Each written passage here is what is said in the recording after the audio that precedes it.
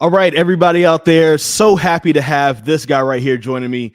It's the revolutionary Darius Lockhart, and of course, if it weren't for him, there is no Ashe Wrestling. So, thank you, Darius, for joining us to talk about, February 24th, Piedmont Ivy Open Middle School. That's where you attended in middle school, and that's where the second Ashe show is going to be to celebrate Black History Month.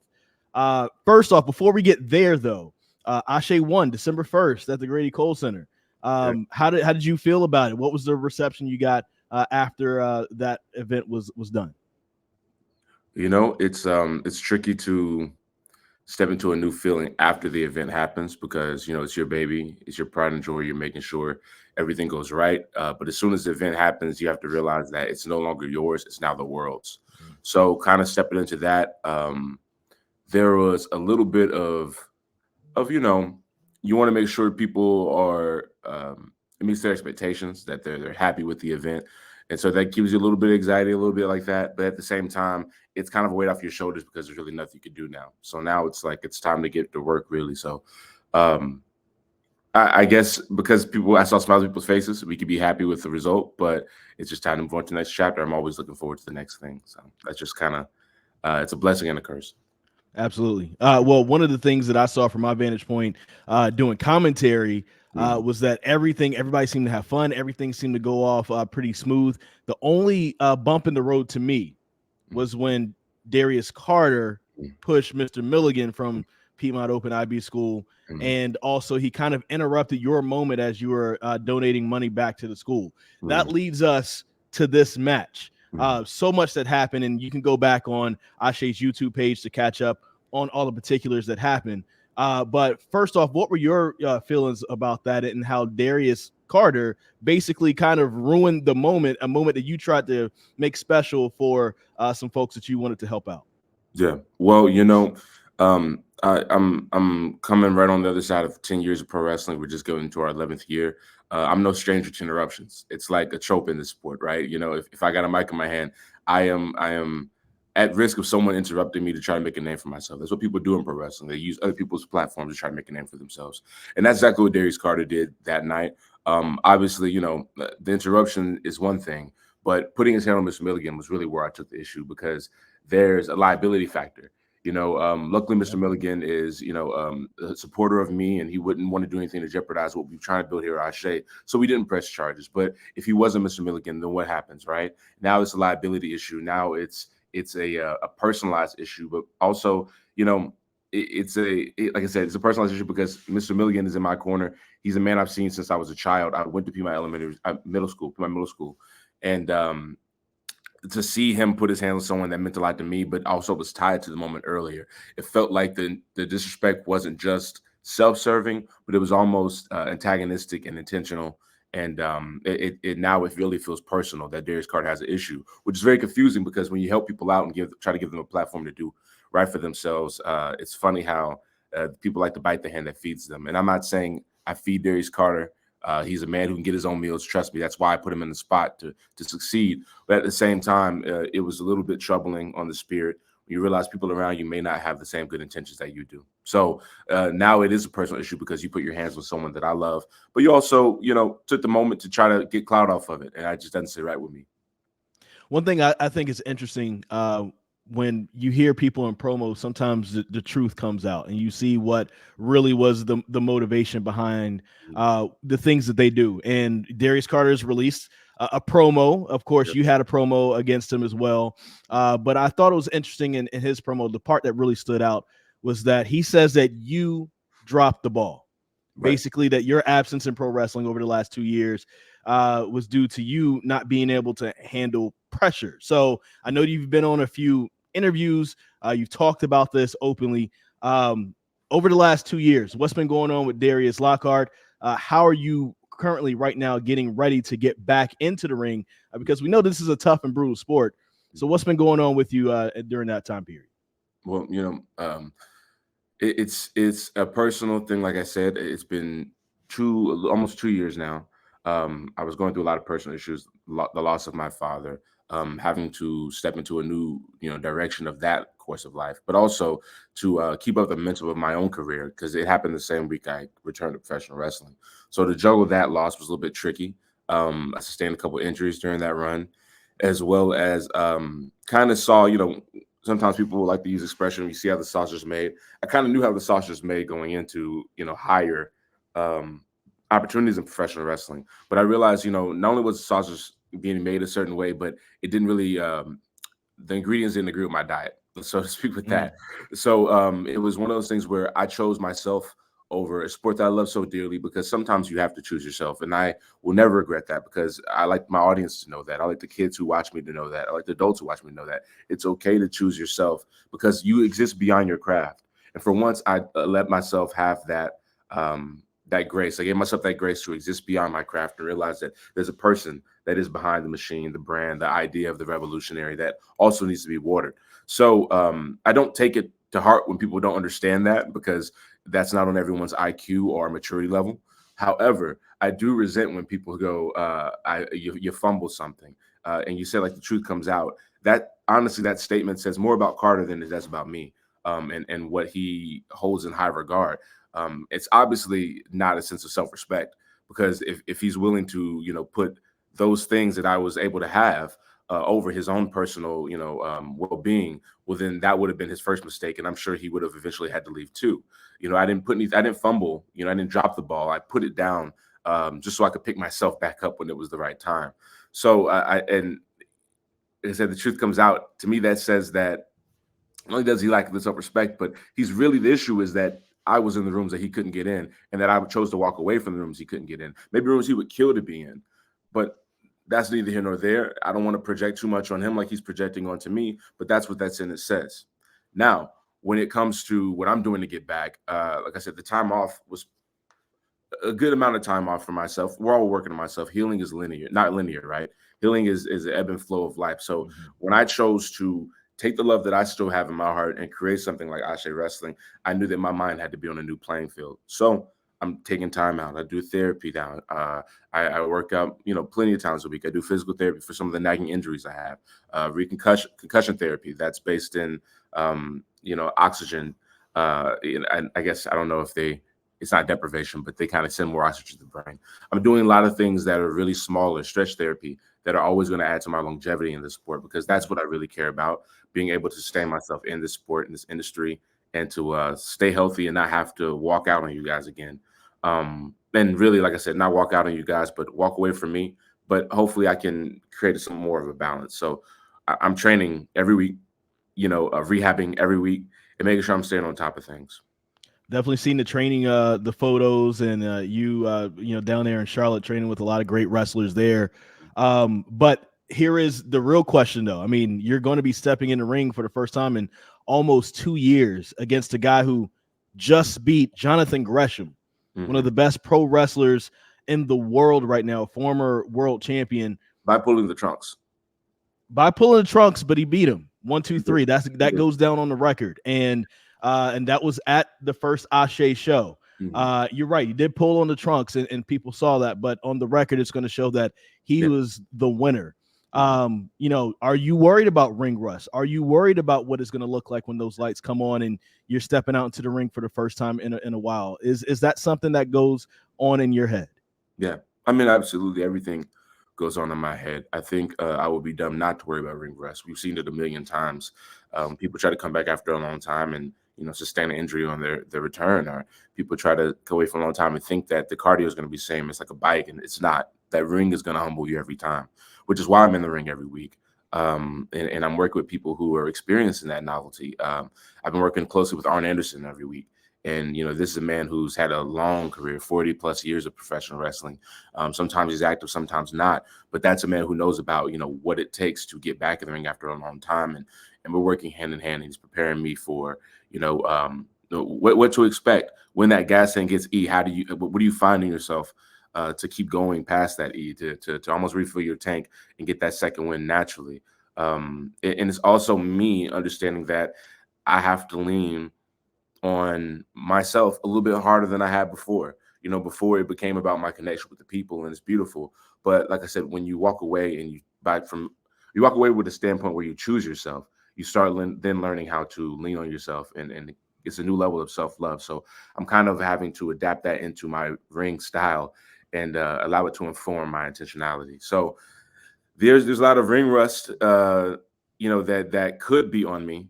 But like I said, I'm making sure I'm applying WD-40 every week, so it's getting less and less worrisome. So we're hopefully we'll be in a good spot. Training with Arn Anderson, do you ever sit back and be like, yo, wow, that really just happened? Like Arn Anderson is really in my corner, Yeah, like, every you know, week. talking to me, like, you know, how's that been the last few weeks as you've been training with him? It's been great. Arn's phenomenal. I mean, he keeps telling me to pull the Glock out on Darius Carter. I don't know what that's about, but I guess. But other than that, he's been very hand on hand with just making sure, you know, hey, this could be crisper. When you do that, pull that hold there. It's very surreal. You know, yesterday we talked about Ron Garvin and the you know lineage that you know the stuff he's kind of accomplished and things that I pulled from him watching him. And this is a man who's wrestled Ron Garvin hand on hand. So he's telling me things Ron would do to hurt him and things he learned from Ron and that he went on to pass on to Randy Orton. So how am I under this tree and not learning something? It's very surreal. But I'm very thankful. You know, he has a connection with my original trainer, George South, that relationship. So Arn is almost like an uncle or a secondary father to me at this point in time. It's already kind of growing. It's a very new relationship, but I can already tell he's willing to lean down and extend that olive branch when not a lot of people are in his spot. So it's been a pretty surreal experience. You know, I think that's a very interesting you know, connection right there, because like you're getting some throwback knowledge, some throwback you know, I guess, you know, help with, you know, you're coming back to the ring. But like Darius Carter himself is kind of a throwback wrestler. When I spoke to him before the first ASÉ show, he was telling me that one of the people he likes to emulate himself after is Nick Bockwinkel. You don't hear current wrestlers pull out a name like that. For a lot of folks, this match could be basically one of those technical masterpieces that people go back and study, you know, years after this. However, the actual you know, I guess the actual competition inside the ring is going to be hot and heavy. So what have you been I doing? was going to say I'm going to put my foot up his ass. So I'm sorry if that's what everyone's expecting, a technical masterpiece. That's not what you're going to get. Okay. February 24th. It's like I said, you put your hands on someone that not only has a relationship with me, Mr. Milligan. You tried to drag down my show, but you put your hands on someone that children depend on weekly to educate them to do that, and I take that very seriously. You know, Mr. Milligan could have been hurt way worse than he was. You know, he had scuffed his leg, hurt his leg. He kind of had a limp for a little bit. I had to call out of work. But to me, 1 week off of work is one too many, and that is just crosses a line. So no, it's not really going to be a technical masterpiece. You know, I might break a few limbs, I might stretch them out if I have the opportunity. You know, hey, but it's one of those deals where I'm not really interested in having a match with either candidate. I don't really care what Dave Meltzer has to say. No 5 stars. I just really need to handle this personally and let people know that the Intergalactic Soul is not a name to play with. Nor is that a situation where you can come in ASÉ to try to make a name off of this in a personal way. So what I'm doing is really I'm smacking them across the mouth, and I'm doing it for myself, but I'm doing it for Mr. Milligan. I'm doing it for the kids at Piedmont. I'm doing it for the city of Charlotte, and I'm doing it for ASÉ because it deserves to have the wrestlers there that respect it as much as ASÉ respects the wrestlers. I hear you on that, but is there anything about his game that worries you? Because this is a really good professional wrestler that's been, you know, wrestling for a very long time. Is there something about his game, especially with you being off for a little bit, that worries you just a little bit? Carter's sneaky. I do think he is one of the best wrestlers that I personally have seen. There's a reason why he was on ASÉ 1. Let's not play. You know what I mean? One thing Darius Lockhart is not, he's not a hater. So I will acknowledge that Darius Carter is one of the best wrestlers I've ever seen. His technique is crisp. So I'm waiting for things I haven't seen in 40 years, things I haven't seen in 30 years, things I haven't seen in 20 years.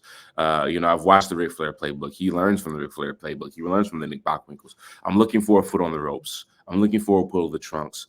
I'm looking for shortcuts that I know Darius Carter is not above taking.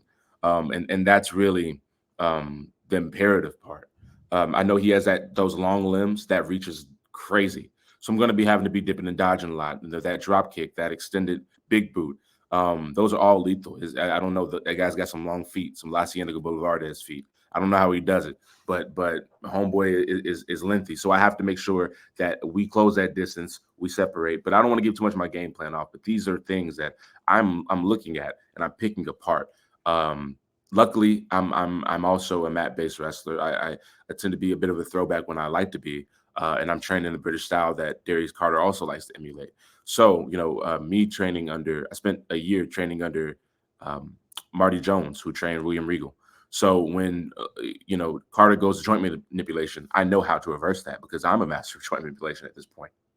When it comes to, you know, working a hold, I know how to reverse that because I'm learning almost every hold every week, either through Arn or the experience I've had through Marty. So, you know, it's something where I think this is almost a match of similar skill sets.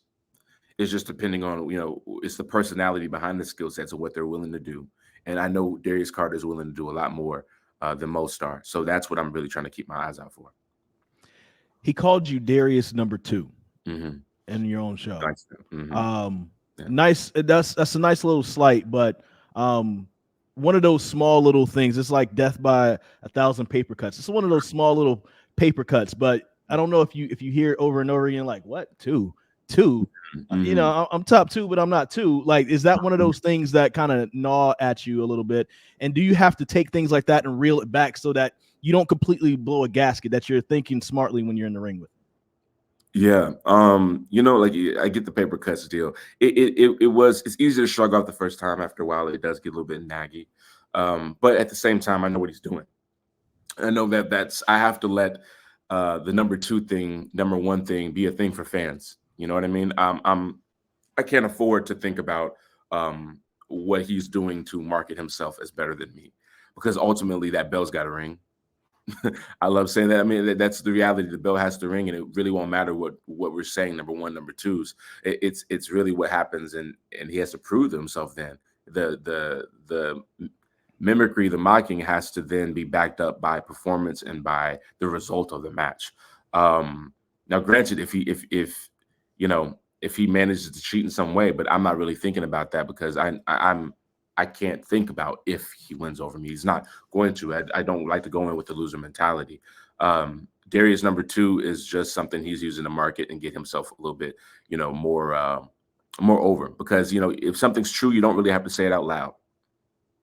And that's hit dog will holler. And Darius Carter wants to holler all he wants. He'll be hollering February 24th after he's picking himself off that mat. When people make returns, a lot of times they come back with something new. I know you don't want to give away your game plan, but what's something new that fans can expect from Darius Lockhart, the revolutionary, when he's finally back into the ring? You know, if we're talking beyond Carter, I think you'll see a little bit more humanity. You know what I mean? I think there is a bit of a pressure that I'm taking off myself to be this perfect wrestler, this person who's, you know, trying to see beyond and play chess. And I want to be more present in the moment so that, you know, it's a connection that I can have with the people and be more present and also understand what I need to do rather than overthinking. And so, you know, you'll see Darius Lockhart be a little bit more human, hopefully, going forward, and not have to be so cerebral and short. But at the same time, stylistically, maybe less of a focus on the technicality of things like that. You know, I do want to keep my technical acumen, but perhaps, you know, it doesn't need to turn to a world of sport match every time. I think this is imperative that I step into a new age where I take my own life into my hands, take power, take my control back. And sometimes that doesn't look like waiting for someone to fall into the trap that you have for an armbar 20 minutes into the match. Sometimes that looks like charging forward and bringing the fight to them. So maybe you'll see a more aggressive Darius Lockhart going forward. But that's just something we're working on in the lab with Arn every week. You know, it's still mind blowing. Arn Anderson, that's really dope to see those pictures every week that come out. Darius Carter says that the culture needs him, and that basically you were crowned by the culture a couple of years ago. This is my last question to you about Darius Carter before we wrap this thing up. I know that the last thing that you want, just knowing you, the last thing you want is to have a competition on who the culture needs more than the other, because it's not about the competition between us. However, when you have somebody question maybe what you potentially mean to the culture, what does that make you feel like? Honestly, it doesn't. It doesn't make me feel, and I hate to no sell something for Carter, but honestly, it doesn't make me feel any type of way, just because it's the concept of what I mean is always going to be objective, and I'm not doing it for a legacy. I'm not doing it for what people say about me. I don't do it for tweets or clout. I do it because I care about people, what I contribute to said culture. I do it because it's something I want to see, and I probably need to see. I realized 4 years ago that what I'm doing in my body in this lifetime, I'm just becoming the man that I needed when I was younger. That so many of my brothers and metaphorical brothers and sisters needed when they were younger. So that becomes the responsibility that I carry, and what I want to do to create that person comes forth way before what anyone else has to say. Like you said, we said earlier, a person's true intentions will come out in their comments every time. Darius Carter talking about, him needing the culture and being the culture is laughable to me, because to me, number one, you're always going to be a part of the culture. Blackness doesn't look one way, culture doesn't look one way. But also, these are people you say you can't stand at the end of the day. So why is it so imperative that you're leading them along the way? Is there an insecurity complex? Do you want to be loved? Is there a hurt child underneath? I don't mean to be your psychologist, but Carter, like I said, the hit dog's hollering pretty loud. You say you hate these people, but then you want to be accepted by them, and then you're mad because they accept me. If you want the spot, just say you want the spot. But what God has for me is for me. And what God has for you is for you. And this ass whooping is coming for you February 24th at ASÉxBHM. That's what God has for you coming forth. And I hate to be the bearer of bad news, but I'm the one delivering it. So it doesn't matter. We'll wrap this thing up, but you have a double duty that night, because you're not only a performer, you're a promoter that night. So let's talk about ASÉxBHM February 24th. What's on the card? Sell some tickets for me. Tell me why folks need to be in there, get their seats, and be at Piedmont IB Middle School on February 24th. Yeah, February 24th, ASÉxBHM. It is a Black History celebration. So we say in the subtitle, this is going to be an amazing event, because we're going to try to continue to mold the past and the present. You saw a little bit of that Ashe 1. Ashe 2, we're continuing. You got WWE Hall of Famer and the first Black World Heavyweight Champion there, Ron Simmons himself. In the same building, we're having a Pan-African Championship title match between Caprice Coleman, an elder statesman of the sport for almost 30 years, versus SUGE D, who's also been over 20-year vet. Oh, this is, the past blending into the present like I've never seen before. General Manager, former SmackDown General Manager Teddy Long, also a WWE Hall of Famer in the building, letting his presence be known. We got, women's tag team wrestling, women's, period. It's an amazing event to be a part of, because we are seeing every single form of Black history being celebrated, both past, present, future, in the flesh. You don't want to be there. We'll have is this cool little announcement, a little exclusive. We're having a pop-up Black History Museum there on site. We have the meet and greets with Ron and Teddy. We also have, like I said, 6 matches, live performance from some of the newer artists in Charlotte, North Carolina. Sianka's next up. That's the future of music. I think we are very, this is almost a time capsule. People will look back at BHM and go, this is a very special night, because, look at all the things and pieces that were there that we had no idea that would be essential to entertainment, but also the culture for the next 10 years. I solely believe that. So you do not want to miss an event that imperative. And if you can't be there in person, you can always order the event and watch it from the comfort of your own home. I'll be on commentary along with Kazim Famuyide, and it'll be an amazing time there. Darius Lockhart, thank you so much. Make sure you go to ASÉwrestling.com. That's ASE wrestling.com for all the tickets and everything. And it's pronounced Ashe. Thank you. Thank you very much. It's pronounced Ashe. Thank you very much, Chris. No problem. We'll see you there on February 24th. See you.